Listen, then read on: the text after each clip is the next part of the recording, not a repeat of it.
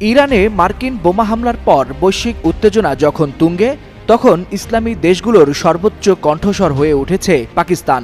দ্বৈত নীতির বিরুদ্ধে প্রতিবাদ, ইসরায়েলের আগ্রাসনের নিন্দা আর ট্রাম্প প্রশাসনের চাপ উপেক্ষা করে পাকিস্তান স্পষ্ট জানিয়ে দিয়েছে তারা আছে ইরানের পাশে।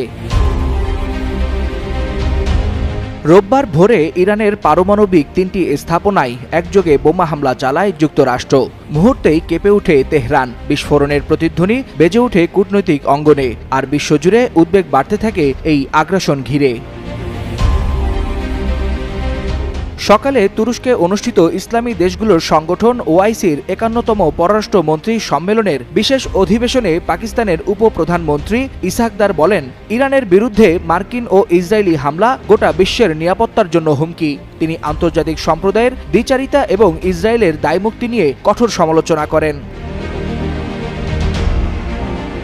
ইসরায়েল ও আমেরিকার চলমান এই আগ্রাসন না থামালে তা পুরো অঞ্চলে ছড়িয়ে পড়বে উল্লেখ করেন পাক উপপ্রধানমন্ত্রী। বলেন, জাতিসংঘ সনদের ৫১ অনুচ্ছেদ অনুযায়ী আত্মরক্ষার অধিকার আছে ইরানের, আর পাকিস্তান এই অধিকারকে পূর্ণ সমর্থন করে।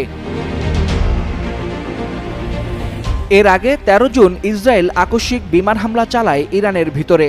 এরপরেই শুরু হয় হামলা পাল্টা হামলা, গোটা মধ্যপ্রাচ্য হয়ে ওঠে অগ্নিগর্ভ।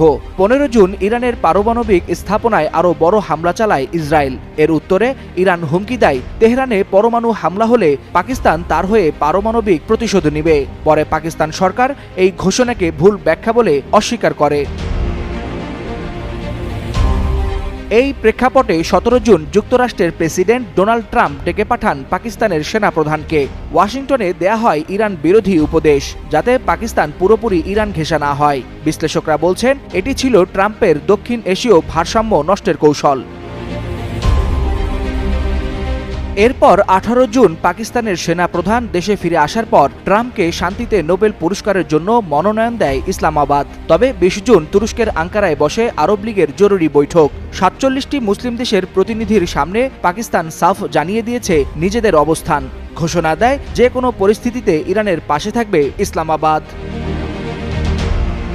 ওয়ালিউল হাসানাত, যুগান্তর নিউজ।